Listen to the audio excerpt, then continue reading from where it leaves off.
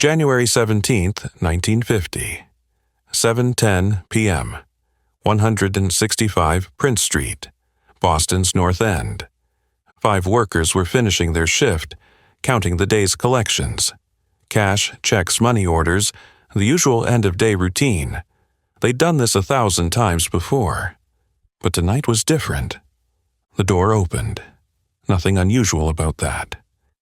Except these weren't company workers walking through. 7 men in peacoats and chauffeur caps moved through the building like ghosts. Halloween masks covered their faces. Rubber-soled shoes muffled their footsteps. They knew exactly where they were going. They knew which doors would be unlocked. They knew how many employees would be there. 20 minutes later, they were gone. Nearly $3 million gone with them. No alarms, no gunshots, no blood. Just 5 terrified workers tied up on the floor and 14 empty canvas bags where stacks of currency had been. The robbers left behind exactly 3 clues: a chauffeur's cap, some adhesive tape, and a length of rope. It would take the FBI nearly 6 years to crack the case, and when they finally did, the story behind the robbery turned out to be even more extraordinary than the heist itself. This is the story of the Great Brink's robbery, what newspapers called the crime of the century. It's a story about meticulous planning, criminal genius, and one of the most enduring mysteries in American crime history. Because even today, 75 years later, nearly all of that money has never been found. The idea started in a bar in Boston's Roxbury neighborhood in 1947.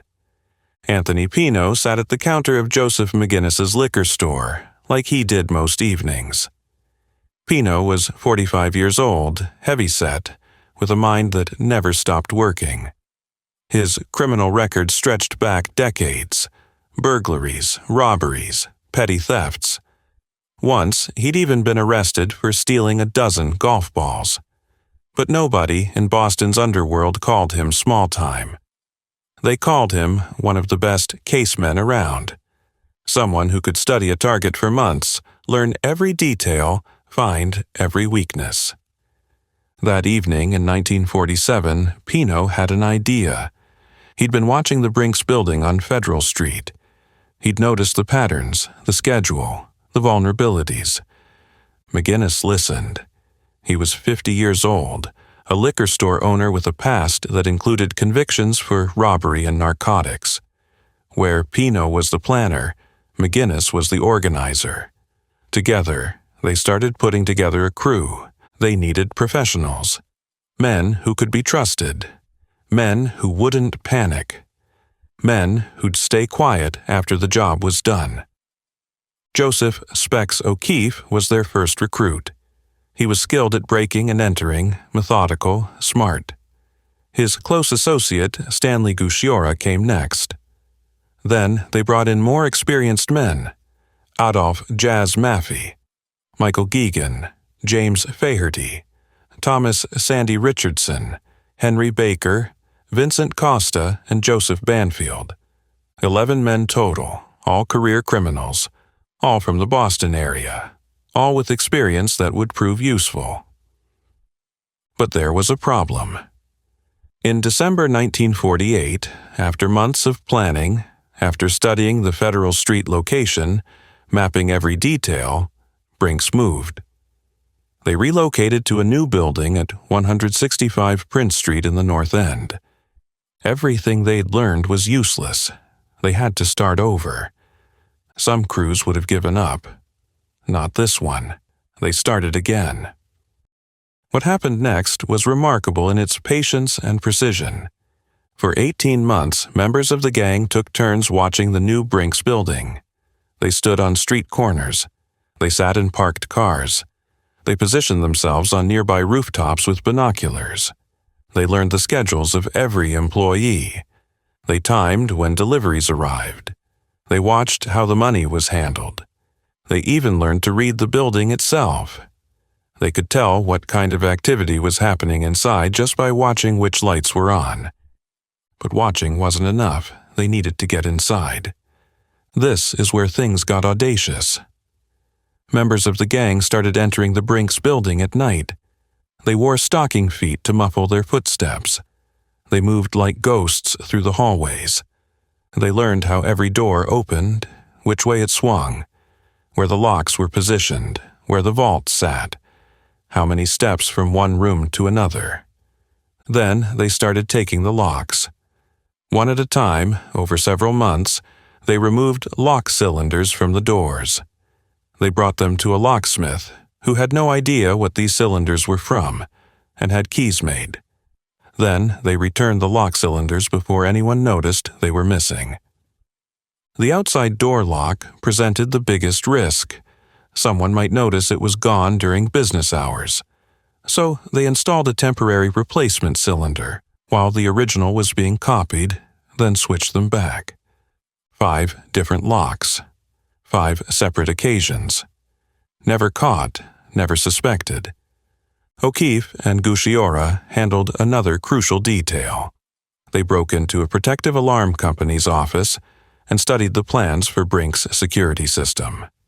They reviewed the documents, realized the alarm system wouldn't be a problem if they entered through the right doors at the right time, then returned the plans the same way they'd taken them. The gang tried several dry runs. They'd gather wearing their disguises, ready to go, and then abort. 5 times they called it off because conditions weren't right. Vincent Costa served as their lookout. He'd position himself on a nearby rooftop with a flashlight.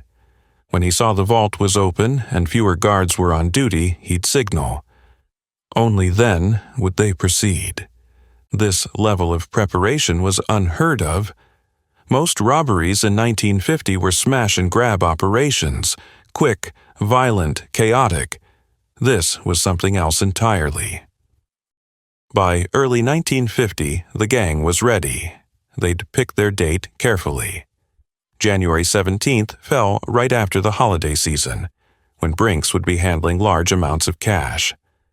They'd chosen their time, shortly after 7 o'clock in the evening, when the vault would still be open, but fewer employees would be on duty. That Tuesday evening, the gang gathered in Boston's Roxbury section. They climbed into the back of a 1949 green Ford stake-body truck, a vehicle they'd stolen months earlier from a dealership near Fenway Park. 9 men rode in that truck. 7 would go inside the building. 2 would handle the getaway. Pino would stay with the driver. During the ride to Prince Street, the 7 who'd enter the building got ready. They put on navy peacoats and chauffeur caps, outfits similar to what Brink's employees wore. Each man pulled on gloves. Each took a rubber Halloween mask. Each received a .38 caliber revolver.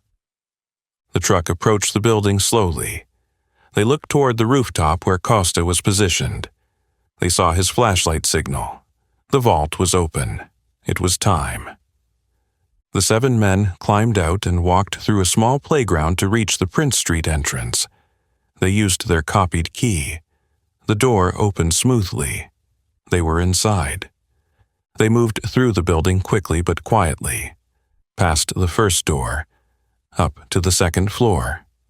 Through another locked door, their copied key worked perfectly. Then another door. At 7:10 p.m., they reached the counting room. 5 workers were there, processing the day's collections. They looked up. Before they could react, before they could reach for an alarm, the masked men had their guns out. "Don't move. Get on the floor. Now." The workers complied. They were cable company workers, checkers, cashiers, not security guards. They weren't trained for this. They lay face down. The robbers tied their hands behind their backs with rope. They placed adhesive tape over their mouths. One of the employees lost his glasses in the confusion. They'd never be found. Then the robbers went to work. They moved systematically through the vault area, filling canvas bags with cash, checks, money orders, and securities. Stacks of bills disappeared into the bags, bundles of checks, money orders. They worked for roughly 20 minutes. 14 bags filled with over half a ton of money. During this time, a buzzer sounded. One of the robbers pulled the tape off cashier Thomas Lloyd's mouth. "What's that?" he asked. "Another employee," Lloyd said. The robber nodded. They let the employee in, tied him up with the others, and continued working. As they prepared to leave, they noticed a large locked strongbox sitting in the corner. They debated taking it. One of them suggested they should. Another said it would be too heavy, too risky. They left it behind.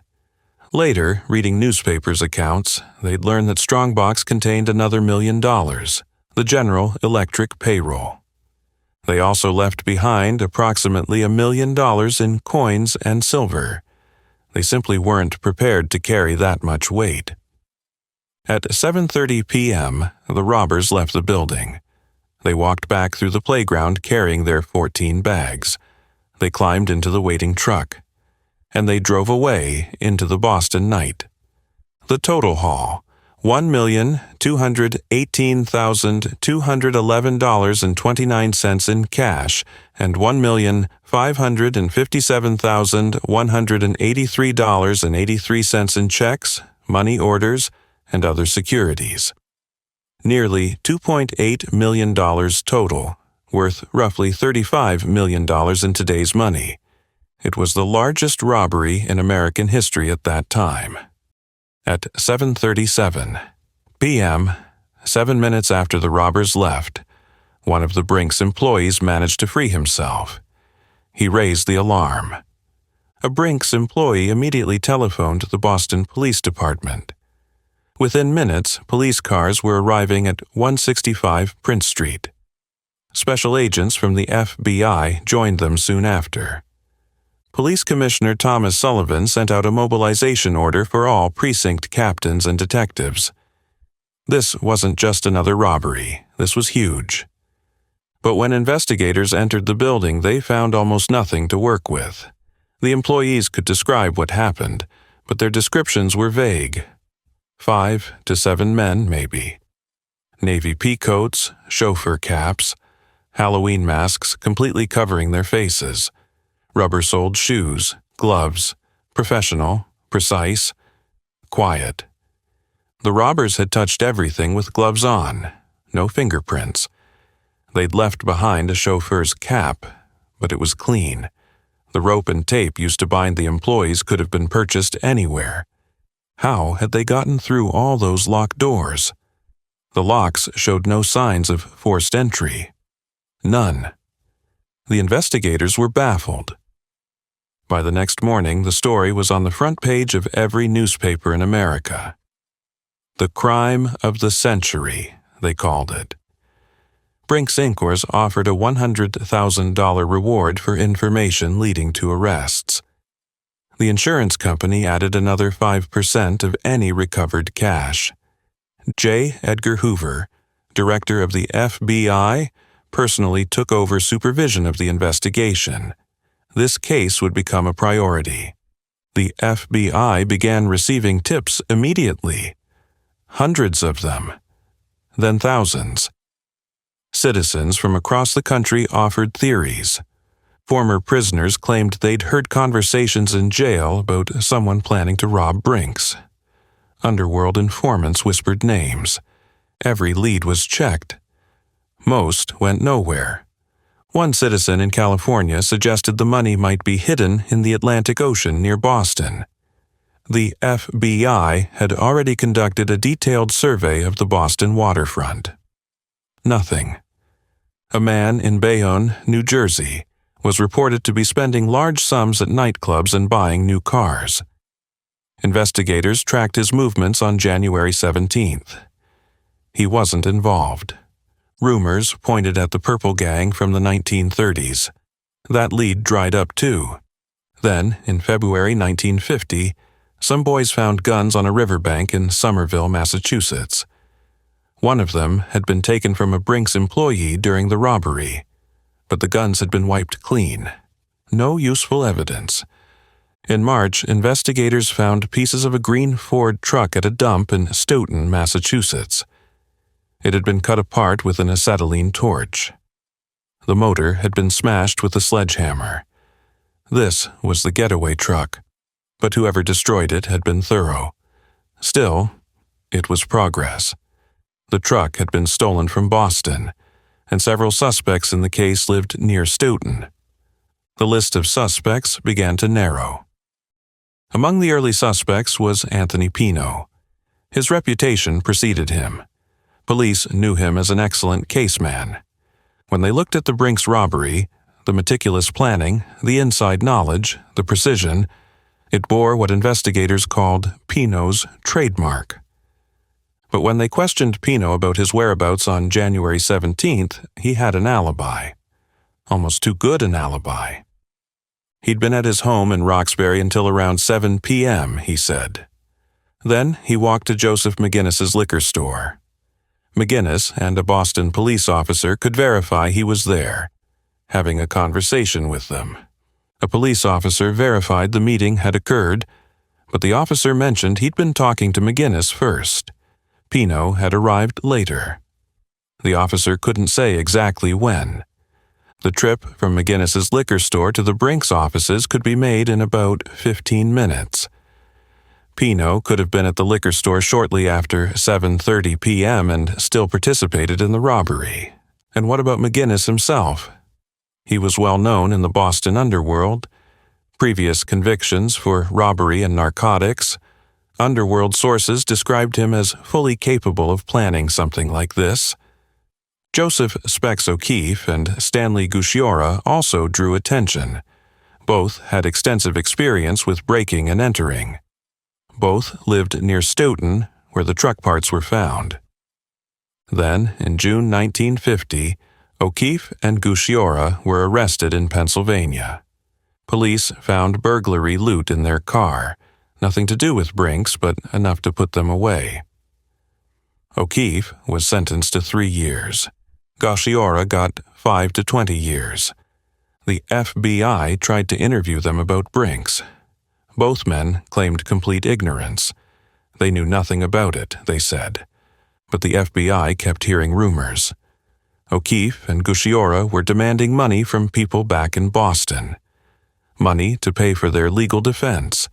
The names that kept coming up: Pino, McGinnis, Maffei, Baker. The investigation continued. Federal grand jury hearings in late 1952 examined the evidence. In January 1953, the grand jury issued their report, insufficient evidence to indict anyone. The case seemed stuck. 3 years had passed. The trail was cold. The money had vanished. The robbers had kept their mouths shut. But the FBI didn't give up. After the robbery, the gang had made an agreement. They'd split the money. They'd lay low. They wouldn't spend conspicuously. And most importantly, they wouldn't touch the bulk of the money for 6 years. Why 6 years? Because in Massachusetts, the statute of limitations for robbery was 6 years.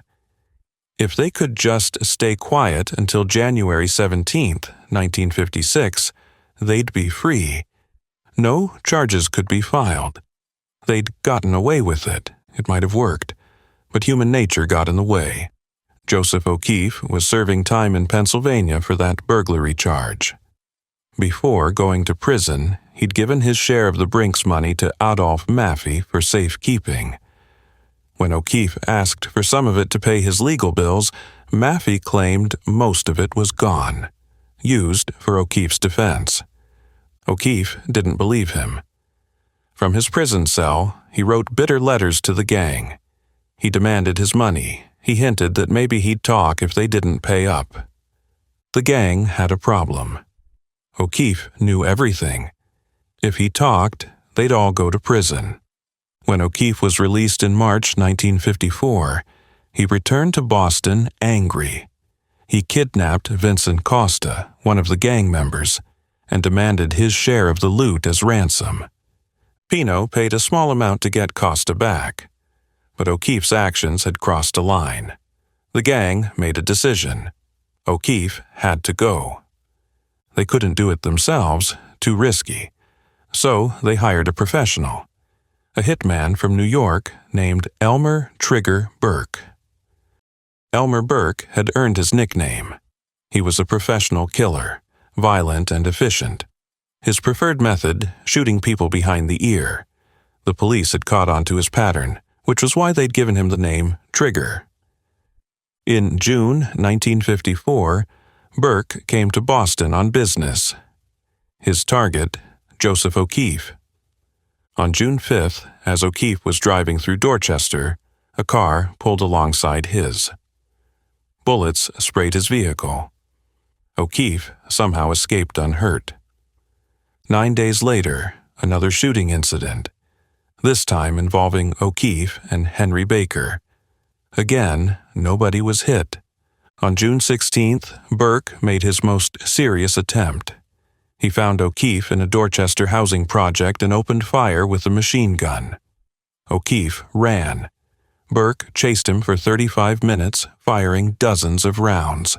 Finally, a bullet hit O'Keefe in the wrist and chest. Burke thought he'd finished the job. He got in his car and drove away, but O'Keefe survived. He managed to get to a hospital. When police arrived to investigate, they found blood, a shattered watch, a .45 caliber pistol and 5 bullets that had missed their target embedded in a nearby building. The next day, June 17th, Boston police arrested Elmer Burke. They charged him with possession of a machine gun, the same one used to shoot O'Keefe. O'Keefe recovered in the hospital. FBI agents visited him there. He wouldn't talk. Not yet. In August 1954, Burke did something audacious. He escaped from Suffolk County Jail.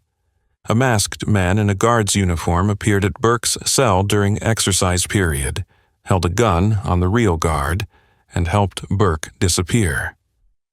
They fled in a car parked nearby. Investigators strongly suspected Anthony Pino had helped with the escape. Motor vehicle records showed Pino's car had been in the area at the time. Pino denied everything. Burke remained free for a year. The FBI finally caught him in August 1955 at Folly Beach, South Carolina. He was sent back to New York, where he faced murder charges for killing a man named Edward Walsh. Burke was convicted and sentenced to death. On January 9, 1958, after eating a final meal of steak and smoking 6 cigars, Elmer "Trigger" Burke was executed in the electric chair at Sing Sing Prison. But his botched hit job had set something in motion that would crack the Brink's case wide open. After Burke's attempt on his life, O'Keefe disappeared for a while. But in August 1954, police found him and arrested him for violating probation on a gun charge. He was sentenced to 27 months in prison. From his cell, O'Keefe continued writing bitter letters to the gang members. He knew they were spending the Brink's money while he sat in prison. He knew they'd tried to have him killed. His resentment grew. The FBI kept visiting him. They knew he was the weak link. They could see him getting angrier with each visit. In October 1954, FBI agents noticed something. O'Keefe mentioned a friend who'd helped him during the Costa kidnapping, a friend who'd since disappeared. O'Keefe seemed genuinely troubled by this. He suggested that when he got out of prison, Pino would be in trouble. The FBI agents increased their visits. They were patient. They didn't push. They just kept talking to O'Keefe. The statute of limitations was ticking. January 17, 1956, 6 years after the robbery, was approaching. After that date, no charges could be filed. The gang would be free. On January 6, 1956, 11 days before the deadline, O'Keefe made his decision. FBI agents came to his cell that afternoon. O'Keefe looked at them. He'd been thinking about it for months. His supposed friends had stolen his money. They'd tried to kill him. They'd left him rotting in prison while they lived free. "All right," he said. "What do you want to know?" Over the next several days, Joseph O'Keefe told the FBI everything. He explained how the plan had started back in 1947, how Pino had recruited the gang, how they'd had to start over when Brinks moved.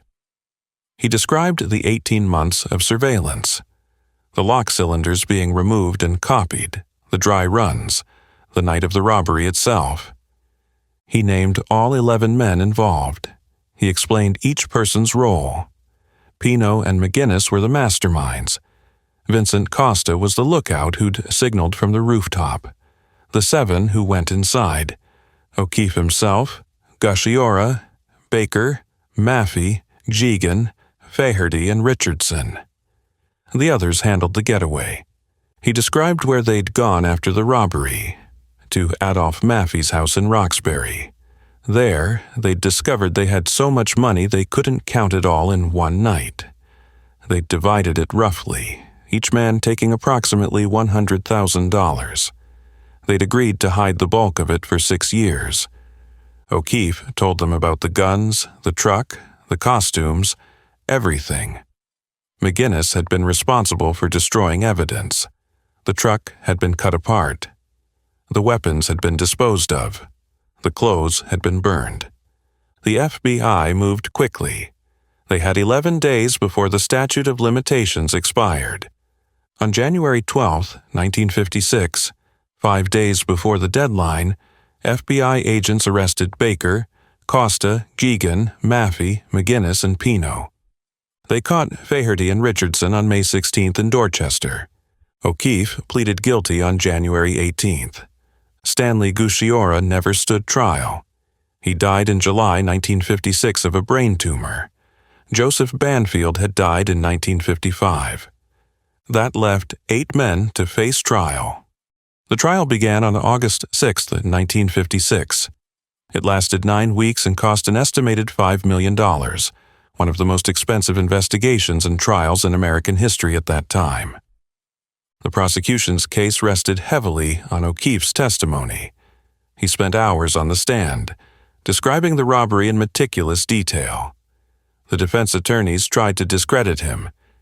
He was a criminal, after all, testifying to save himself. But his account was too detailed, too consistent, and physical evidence backed up key parts of his story. The trial became a media sensation. Newspapers across the country covered it daily. The public was fascinated. For 6 years, the Brinks robbery had been an unsolved mystery. Now, finally, they were getting answers. The defendants sat in court, most of them middle-aged men by now. Anthony Pino, the mastermind; Joseph McGinnis, the organizer; Adolph Jazz Maffey; Michael Geegan, James Faherty; Thomas Richardson, Henry Baker, all facing life in prison. Some tried to maintain their innocence. Others sat quietly. Michael Geegan later disputed O'Keefe's claim that McGinnis was the mastermind, insisting it had been Pino's operation all along. But the distinctions didn't matter much. They'd all participated. On October 5, 1956, the jury returned guilty verdicts for all 8 defendants. The sentences were severe. Each man received a life sentence for robbery, plus additional time for conspiracy and breaking and entering. O'Keefe, having cooperated, received 4 years. He was released in 1960. But here's the thing that haunted investigators then and continues to fascinate people today. The money was never found. Nearly $2.8 million stolen. Less than $58,000 ever recovered. That means more than $2.7 million vanished. Where did it go? Some of it was spent, obviously. O'Keefe claimed much of his share went to legal fees for his Pennsylvania burglary case. Other gang members spent money on lawyers, on living expenses during the 6 years between the robbery and their arrests. But that couldn't account for millions of dollars. Some investigators believed the money was buried or hidden, waiting to be recovered after the gang members got out of prison. If that was the plan, it never worked. The men either died in prison or were paroled too old and too watched to recover anything. In October 1950, 9 months after the robbery, something strange happened. A truck driver stopped at a traffic light on Route 128, noticed a bag lying on the road. He picked it up. Inside were thousands of dollars in cash, including $1,000 bills. But rather than immediately going to police, he took the money home. By the time authorities heard about it, the trail was cold. Was that Brink's money? Nobody could prove it. The bills were in small denominations, impossible to trace by serial numbers. There were other rumors over the years: money hidden in walls of Boston houses, cash buried in basements, millions stashed in locations the gang members took to their graves. The truth is, nobody knows, and that mystery has become part of the legend. The men who robbed Brink's all ended up serving time, but their fates varied. Anthony Pino, the mastermind, was released on parole in 1969. He'd spent 13 years in prison. He died in October 1973 at age 67, having lived 4 more years of freedom. Joseph McGinnis never made it out. He died in prison on October 5, 1966. Adolph Jazz Maffey was paroled in 1969. He lived until September 1988, dying at age 77. He was the last surviving member of the gang. Michael Geegan was released in 1969 after being paroled. James Faherty was also paroled in 1969. Thomas Richardson was released and died in 1980 at age 73. Vincent Costa got out in 1969. He stayed out of major trouble for a while, but was arrested again in 1985 on cocaine trafficking charges. Old habits, apparently. Henry Baker died in prison in 1961 at age 54. He never saw freedom again. Joseph O'Keefe was released in 1960 after serving 4 years. He cooperated with writer Bob Considine on a book called The Men Who Robbed Brink's, published in 1961. He died in March 1976 at age 67. Stanley Gusciora died before trial. Joseph Banfield had died in 1955, before the arrests. Most of them had been in their 40s or 50s at the time of the robbery. By the time they got out, if they got out, they were old men.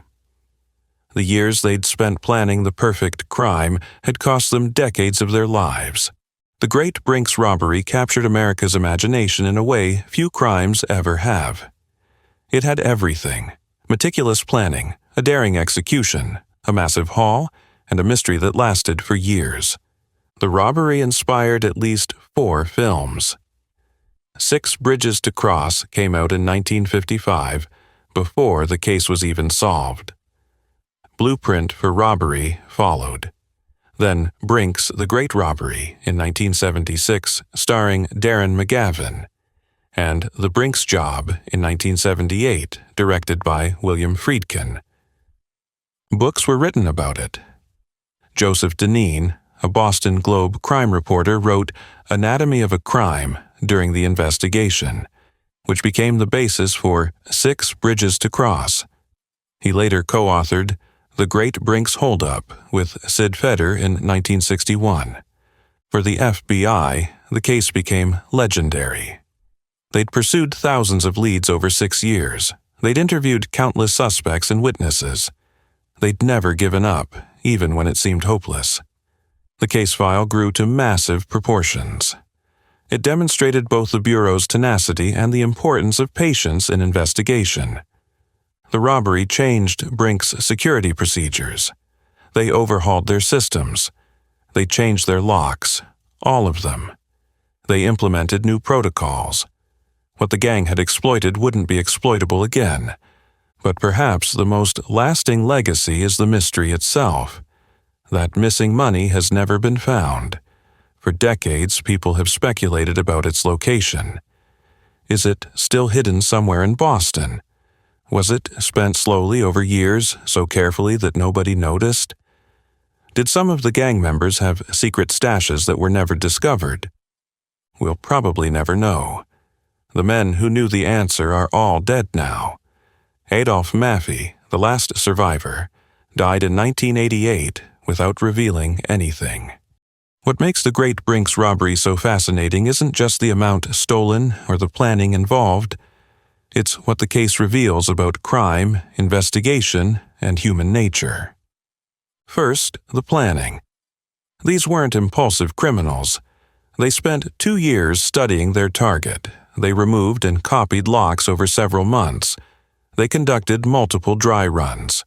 They were patient, methodical, and disciplined. For a while, anyway. The execution was nearly flawless. They got in and out in 20 minutes. No violence beyond binding and gagging the employees. No alarms triggered. Minimal evidence left behind. Professionally, it was an impressive operation. But here's where human nature enters. No matter how well planned the crime, the criminals themselves were the weak point. The gang couldn't maintain the discipline they'd shown during the planning phase. O'Keefe got arrested for another crime. The gang didn't support him financially. Resentment built. Greed and mistrust fractured the group. They tried to murder one of their own. That decision, hiring Elmer Burke, put a spotlight on O'Keefe that made him vulnerable to FBI pressure. If they'd simply paid O'Keefe's legal bills, the case might never have been solved. The statute of limitations would have expired. They'd have gotten away with it. Instead, their unwillingness to share the money led to their downfall. The FBI's role is instructive too. They never stopped investigating. Even when leads dried up, even when grand juries couldn't indict anyone, they kept working the case. They identified the key suspects early on. They maintained pressure. They waited for a break. When O'Keefe finally talked, they were ready to move immediately. The timing was crucial. O'Keefe confessed on January 6th. The statute of limitations expired on January 17th. The FBI had 11 days to arrest the gang and secure indictments. They managed it with 5 days to spare. The Great Brink's robbery was supposed to be the perfect crime. For a while, it seemed like it might be. The planning was meticulous. The execution was clean. The evidence was minimal. The gang stayed quiet. For 6 years, it looked like they might actually get away with it. But perfection requires not just planning and execution. It requires maintaining discipline afterward. It requires trust among criminals, something that rarely survives the pressures of time and money and law enforcement attention. In the end, the crime that seemed so perfect unraveled because of the most human of emotions: greed, betrayal, and resentment. Today, 75 years later, the robbery remains famous. It's still called the crime of the century by many. It's been surpassed in dollar amounts many times over. The United California Bank robbery in 1972 took $30 million, making Brink's look small by comparison. But the Brink's job has maintained its place in American crime lore. Maybe it's because of the missing money. That $2.7 million that vanished has a romantic quality to it. Somewhere in Boston, maybe buried in someone's backyard or sealed in a wall, millions of dollars might still be waiting. Probably not, but the possibility captures the imagination. Or maybe it's because the story has everything a good crime story needs: brilliant planning, daring execution, years of cat-and-mouse investigation, a dramatic confession at the last possible moment, and a mystery that remains unsolved. On January 17, 1950, 11 men thought they'd pulled off the perfect crime. They were wrong. But in trying, they created a story that has endured for generations. The money may be gone, hidden or spent or lost forever. But the story, that's still here. And that's the Great Brink's robbery, the crime of the century that almost was perfect. Almost.